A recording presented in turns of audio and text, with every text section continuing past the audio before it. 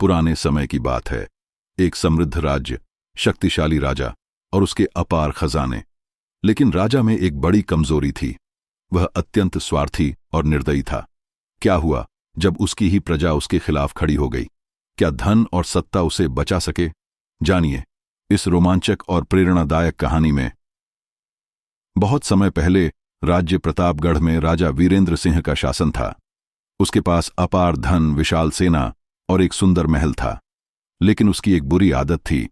वह अत्यंत लालची था और अपनी प्रजा की बिल्कुल परवाह नहीं करता था।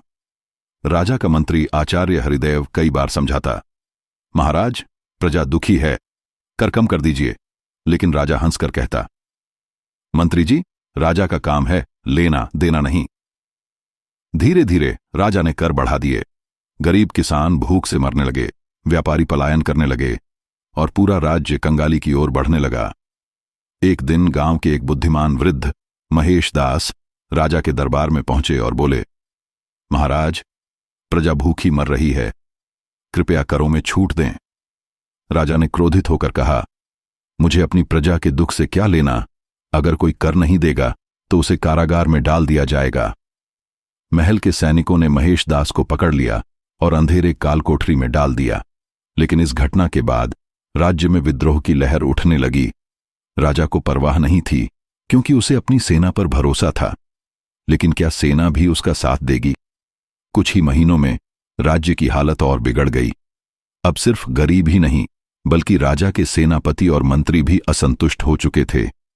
एक रात सेनापति रणवीर सिंह ने अपनी सेना को इकट्ठा किया और कहा, एक ऐसा राजा जो अपनी प्रजा की परवाह नहीं करता, वह राजा कहलाने योग्य नहीं।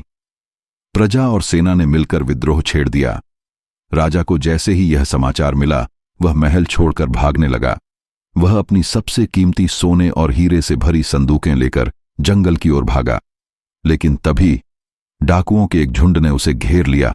राजा गिड़गिड़ाया, मैं प्रतापगढ़ का राजा हूं, मुझे छोड़ दो। डाकुओं के सरदार काले नाग ने हंसकर कहा, राजा, लेकिन तेरी ही प्रजा तुझसे नफरत करती है, फिर तुझे कौन बचाएगा? डाकुओं ने राजा का पूरा खजाना लूट लिया और उसे घायल अवस्था में जंगल में छोड़ दिया। भूखा प्यासा राजा कई दिनों तक भटकता रहा, लेकिन कोई भी गांव वाला उसकी मदद करने को तैयार नहीं था।